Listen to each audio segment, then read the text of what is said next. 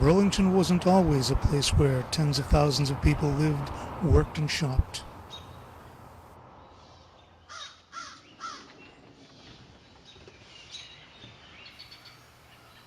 Once, it was a wilderness.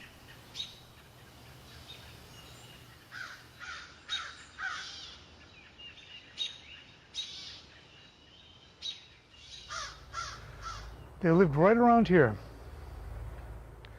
The people of Shawshannock, of the Nipmuc Confederation of the Algonquin Nation. They lived right about here. They lived here for thousands of years. And then, in the space of just 100 years, they were gone. Where did they go? Let's explore that question.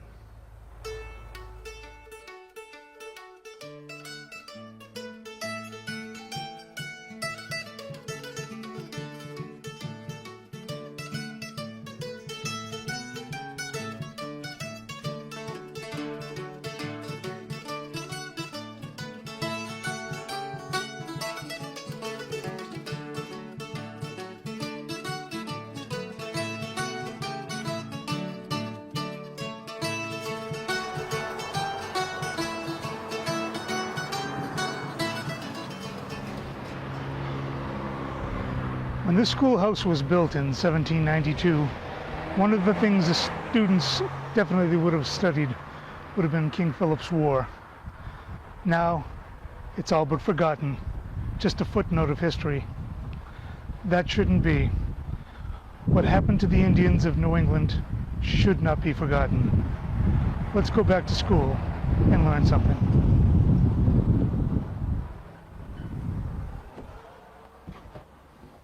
Hi, I'm Mike Trito with the Burlington Historical Commission.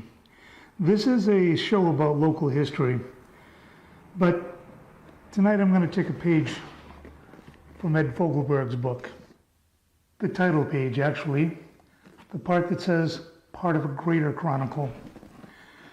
You see, in order to understand what happened here, we need to understand what happened throughout the entire region.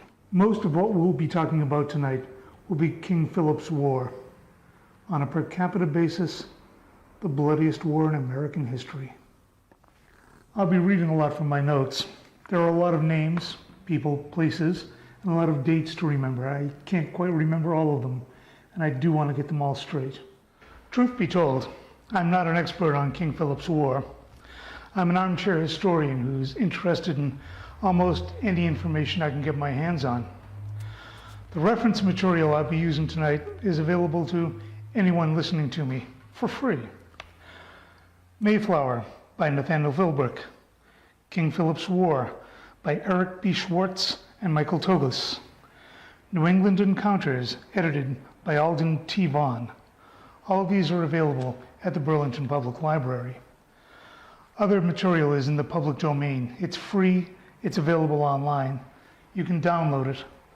For example, King Philip's War by George W. Ellis and John E. Morris. The Short Histories of King Philip's War by Increase and Cotton Mather. You might also search for the works of Samuel G. Drake. Drake was one of the main people at the New England Historical Genealogical Society in the 19th century. He annotated a lot of the books that are, again, available online for free. They are in the public domain. The History of the Great Indian War in 1675 and 1676 by Thomas Church. He's the son of Benjamin Church, and we'll be talking about him later. The Narrative of the Captivity and Removes of Mrs. Mary Rowlandson. That's one you'd really be interested in.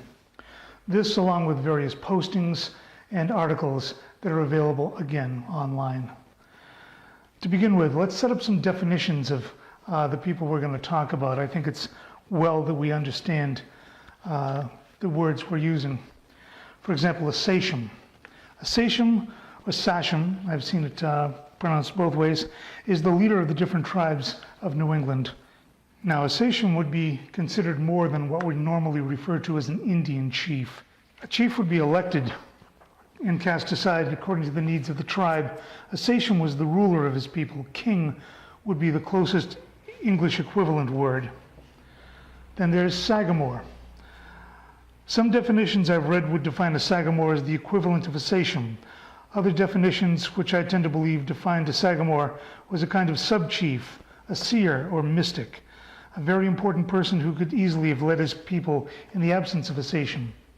I've also learned that a Sagamore could be considered a kind of a war chief, as compared to a sachem who would be a peacetime chief. Then we'd get into the areas occupied by different peoples. The Algonquin was the general name of the people who lived in the northeast area of the North American continent, New England, the Canadian Maritimes, New York State, that sort of thing. This would be the Algonquin Nation. Within the Algonquin Nation, you would find subgroups, confederations of tribes, such as the Nauset, who occupied the area of Cape Cod, Martha's Vineyard, and Nantucket. The Wampanoag, who lived in the area we now know as Plymouth and Bristol County, as well as the eastern portion of Rhode Island. The Narragansett, they occupied the greater portion of Rhode Island. The Pequod Mohican lived in the southeast portion of what is now Connecticut. The Mattabesic lived along with their subtribes in the greater portion of Connecticut. The Nipmuc lived in the northern portion of Rhode Island and the northeast portion of Connecticut, what we now call Worcester County and western Middlesex County of Massachusetts. And the Massachusetts, who lived in the area we now call Norfolk and Suffolk counties. Because this could cause some confusion, and I'd like to avoid confusion wherever possible, please keep in mind that these are tribal confederations, and most of the Indians would identify more closely with the actual tribes to which they belonged. In order to tell the story as clearly as I can, I'm going to avoid using the actual tribe names and go with the confederations. It's well you should know that there were the Sakonnet and Pokanoket tribes. These were part of the Wampanoag group, and Philip was sachem of the Pokanoket. Among the Nipmuc were the Hassanamisko, who lived around Groton, and the Wamasett people who lived right here in the Lowell, Billerica, Burlington area. For the most part, I'll just be saying Wampanoag, Narragansett, and Nipmuc. As important as King Philip's War was, it seems strange that it exists only on the edges of history as we know it. Even here in New England, it's treated as a footnote. In The Devil and Daniel Webster, King Philip is one of the first names called for the jury of the damned. This is the Peak House in Medfield, Massachusetts. It's an oddity because of the slope of the roof. There's no other building in the state with that steeply pitched roof. But there's something else about this. The original building was built in 1651, and it was burned during King Philip's War, 1676. The owner, Seth Clark, got an indemnity from the colony to rebuild this house. He rebuilt it in 1680. This is after King Philip's War, and yet this replacement building is one of the oldest buildings in Massachusetts. I attended high school here in Medfield. I lived on that part of town. The high school is down that road. I walked through the woods to school. I walked very close to this building twice a day for 3 years. Never really thought of the significance of it. But that tells us something about how little is remembered of King Philip's War, that a building of this significance is now just a wayside curiosity and is held in little regard even by those people who live right here.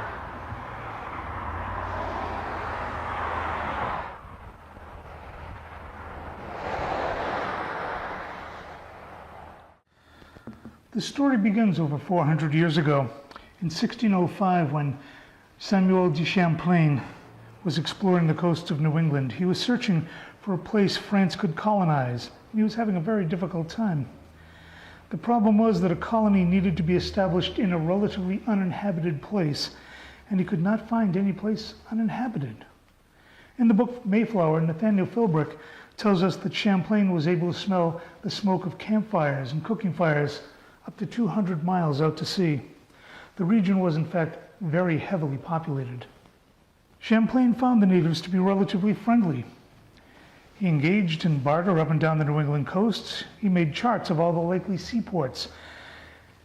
Here's one he called Port St. Louis. The Indians referred to the area as Patuxet. He stopped this expedition later when he encountered trouble with the Indians around Falmouth, where one of his men was killed. Champlain would continue his explorations, which would result in French colonies being established along what is now the St. Lawrence River. But his explorations of New England found no place to land which was not already occupied.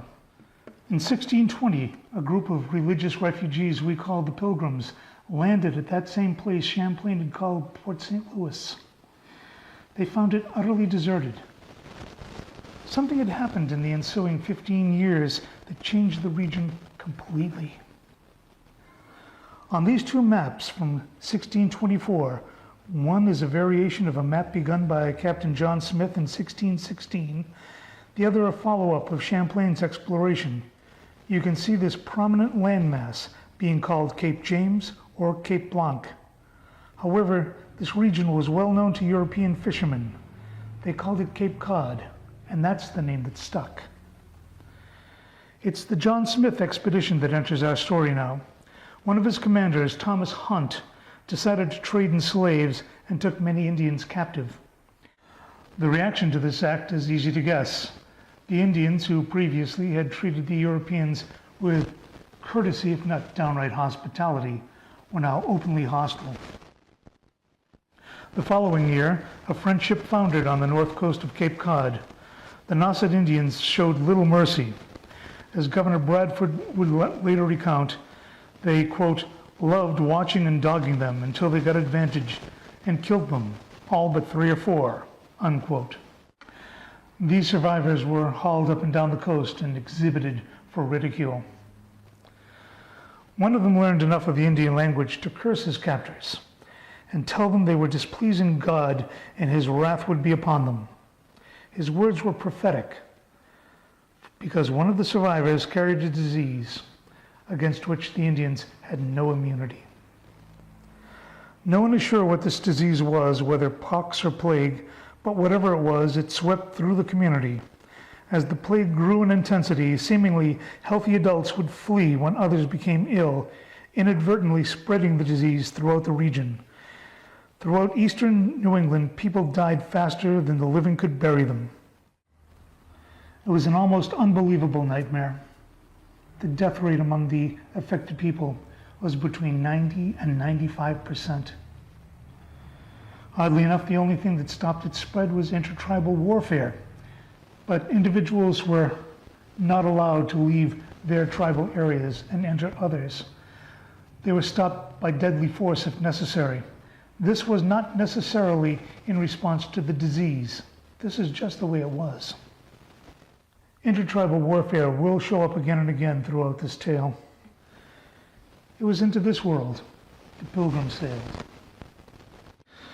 The Pilgrims were not explorers like Champlain, nor soldiers like the Spanish conquistadores. They were ill-suited to establishing a colony. They were, in fact, sent to join another colony further south. Why they landed here has been the subject of great debate. But the fact they landed here, in New England, in December, with little or no food, shows just how ill-prepared they were for what lay ahead.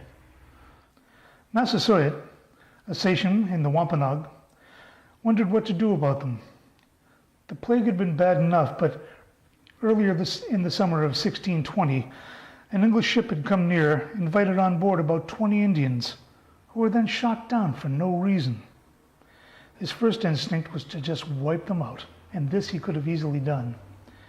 But these English were not like those he'd seen before. They made no attempt to barter. They stayed very close to their landing spot. For the moment, Massasoit was content just to watch.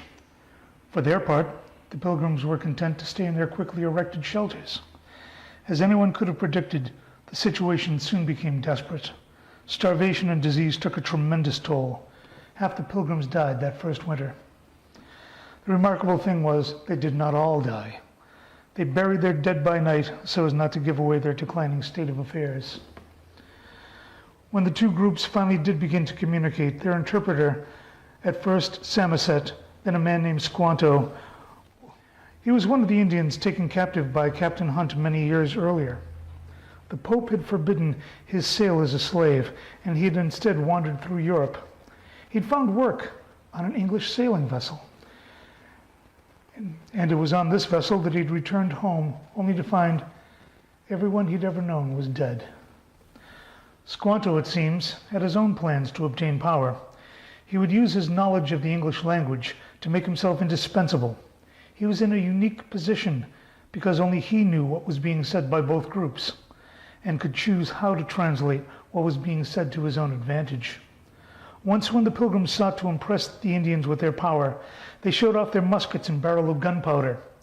Squanto translated what the pilgrims had said as muskets and barrels of plague. This was a true standoff. The Indians and pilgrims were wary of each other's power. They were wary, if not downright terrified of each other. There was only one thing left to do: join forces and become allies. This alliance was cemented as the pilgrims backed Massasoit and his tribe in their conflicts with neighboring tribes. Intertribal warfare once again. Within the next few years, the two communities would become close, and they would remain close for the next generation. But the next generation would be a different story altogether. Massasoit died in 1661. He was succeeded by his sons, Wamsutta and Metacom. As Wamsutta, the oldest, took the title of sachem, he journeyed to Plymouth to reaffirm their alliance. He also asked the English to give him and his brother English names. I had assumed that their receiving English names was a high-handed method of the colonists to belittle the Indians, but in fact English names were popular among the Indians, and so Wamsutta became Alexander, as in Alexander the Great, and his brother Metacom was called Philip, after Philip of Macedonia, Alexander the Great's father. Alexander had been taught well the ways of the English, and he tried to maintain the alliance forged by his father and the Pilgrims. But such was not to be. The old generation was gone, and the new generation had the short memories of youth. The Europeans were no longer a few score, sick and starving, huddled on the side of the ocean. They were now here by the thousands. As for the Indians, the dark dying time of the plague was a distant memory, perhaps thought of as the nightmares of the old men and women, and were not to be fully believed by the younger generation. They were still wary of each other, but no longer terrified. They were about to relearn that part of history that teaches that two civilizations can exist side by side, but not one on top of the other. When one is on top of the other, there is friction. Sooner or later, one will vie for supremacy of the other. And when that happens, only one will survive. It was in 1662 that relations really began to fall apart. In that year, the colonists heard a rumor of a plot against them. Alexander was summoned to Duxbury to answer questions about this plot. This enraged the Wampanoags. Who are they to summon our sachem as if he were an errant child, they demanded. Josiah Winslow's treatment of the Indians was especially demeaning. As bad as this insult was, it only got worse. Alexander became ill during this time, and he died shortly after. His brother Philip became sachem and became known as King Philip. Philip did not have the temperament of his father or his brother. He was hot-tempered at best and embittered by the treatment of his brother and of the encroachment by the English on tribal lands. Land sale was a particular sore point with Philip. His people had a great love of iron pots and pans. He had a great love of fine clothing. And the Indians had only one thing the colonists wanted: land. To add insult to injury, Philip too was called in to answer questions about a rumored revolt on his part more than once. Yet even when the rumors were found to be without merit, Philip was billed for the cost of the inquiries. and he had only one thing with which to pay. Not only was a great deal of land changing hands, but the land was being cleared. It was being cleared for farming, driving away the game animals. Philip saw his people's way of life disappearing, his own power eroding. Everything that his tribe had known would soon be gone. The stage was set. The situation was like a powder keg, and it would only take a spark to set it off.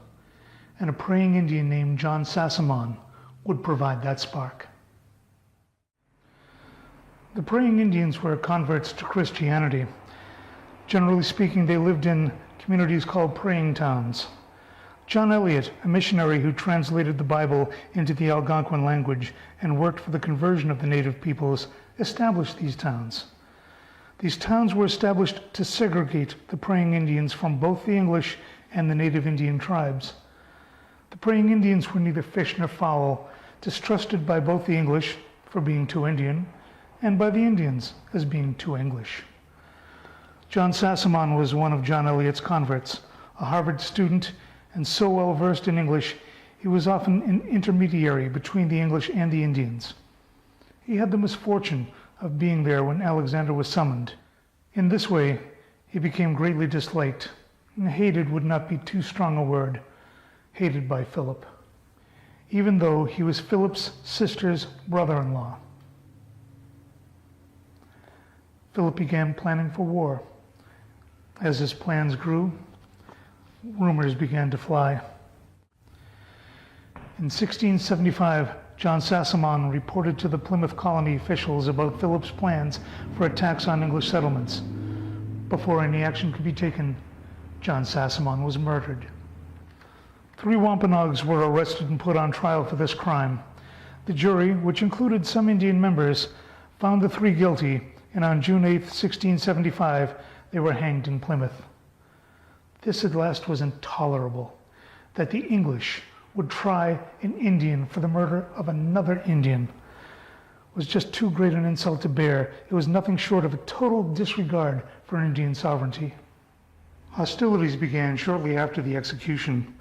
On June 20th, when several small isolated homesteads around the settlement of Swansea were attacked. At first, these were simple harassment raids, with crops being trampled and livestock killed. They went so far as to frighten people out of their homes, 2 of which were then burned. Throughout this time, no English were killed. There's reason to believe Philip wished the English to fire the first real shot. If so, he soon got his wish. On June 23rd, a father and son left the shelter of the garrison and sought to retrieve some valuables from their home. They saw a group of Indians looting homes. The boy had brought along his musket and was urged to fire by his father. He did. One of the Indians fell to the ground, but quickly got up and ran away. Later that day, an Indian approached the garrison and asked why the boy had shot at his man. The English asked if the man had died. The Indian said yes. The boy sneered and said, "It is of no matter." Needless to say, the Indian was very angry. The older Englishman tried to calm him down, saying that it was but an idle lad's words. The Indian went on his way, and the English supposed all was well. But the next day the Indians ambushed an English party of men, and 7 were killed. Their heads and hands were found later hanging from trees. Within the next few days, Swansea was destroyed. Several more of the inhabitants, as well as others who'd come to help, were also killed. War had begun. It was to be a war of total annihilation, to remove the English completely. In quick response, troops were sent from Plymouth and Boston. These troops destroyed the Wampanoag town of Mount Hope. At the same time, the Wampanoags eluded colonial troops and attacked the towns of Rehoboth and Taunton before traveling to Pocasset. This was a time when people would have to choose sides, and choose they did. Nipmucks joined with the Wampanoags. There was great relief among the English when the Mohegan Indians joined on the side of the English. Intertribal warfare once again. The war spread quickly. In July, the towns of Middleborough, Dartmouth, and Mendon were attacked. In August, Brookfield and Lancaster. There were few survivors from Brookfield. While looking around for some public domain images to illustrate this talk, I came upon one that caught my eye. It was the sailors upsetting Squanto's canoe. Yet I knew that Squanto had died long before King Philip came on the stage. So I did a little more research and came up with a story that helps illustrate how quickly war could spread in the region. I found the story of Squando, not Squanto, a sagamore of his people. This is from Kelscraft.com's Stories of Maine. There were then nearly 7,000 English settlers in Maine and between 2 and 3 times as many Indians.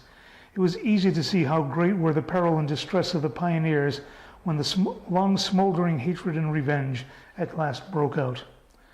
Squando, sagamore of the Sakonetsk, was a seer and a magician in the eyes of the Indians. He had counseled a peaceful policy towards the white man, although he declared that God himself had told him the English people must be destroyed by the Indians. He had a prudent mind, and if it had not been a great wrong which he suffered, just as the news came of the Plymouth hostilities, he might have cast his influence for peace instead of war. Squando's squaw was paddling along the Saco in a canoe with her baby when some rough sailors in a boat, thinking it would be fine fun to discover whether a papoose could swim like ducks, as tradition ran, upset the canoe. The child sank. The squaw dived and brought it up alive, but it died within a few days, doubtless of the shock. Then Squando, who had unlimited power over his own people and great influence over many others, used it to arouse the Indians to the fiercest warfare. At this time, Philip and his people were moving into central Massachusetts. In early September, Deerfield, Hadley, and Northfield were attacked. On September 18th, 79 people were being evacuated from the town of Deerfield. As they approached a stream called Muddy Brook, several soldiers became careless and laid aside their firearms in order to pick some grapes. At that moment, an ambush was sprung as hundreds of Indians attacked from their concealment. 57 of the English were killed, and from then on the stream was known as Bloody Brook. The Indians were astonished at this easy victory, but the fighting was not over. It should be noted that the fighting in this war was quite savage, and atrocities were common. This was true on both sides. And on the English side, it was especially true of Captain Samuel Moseley. I'll spare you the details. Suffice it to say that the only reason I can think of he didn't originate the saying, "The only good Indian is a dead Indian," is that he didn't think of it. It does, however, seem to have been his philosophy of war. There is no Englishman the Indians hated more than Captain Samuel Moseley, and he happened to be nearby as the Battle of Bloody Brook ensued. He and his men heard the gunfire and rushed to join the fighting. Although vastly outnumbered, Moseley and his men fought with great discipline, remaining together rather than fighting in the scattered manner of the Indians. For 6 hours, they held up the vastly superior force. Moseley at last almost collapsing from exhaustion. If it were not for the timely arrival of Major Roger Trent with a group of Mohegan Indians, Moseley and the survivors from Deerfield would surely have been wiped out. An ironic twist of history that this man who hated Indians so much would be saved by a group of Mohegan warriors. Even so, 64 English were buried in a mass grave the next day. In October, Springfield, Massachusetts was attacked. The town was almost utterly destroyed. Only 13 of the more than 75 houses and barns were left standing. John Pynchon, son of the founder of Springfield and the region's military commander, asked to be relieved of his duties. The devastation was more than he could bear. He wrote, "The Lord show mercy on us. I see not how it is possible for us to live here this winter. The sooner we are helped off, the better." The destruction of Springfield was traumatic. From now on, no one was safe. No one could be trusted. Springfield had always had very friendly relations with the Indians, and if Springfield was not safe, there was no safe place. The attitude towards the praying Indians was about to change, and also there would be a marked escalation in this already tragic war. This would have tragic results for both the praying Indians and for a local family. We'll see that next time. And till next time, I'm Mike Trito.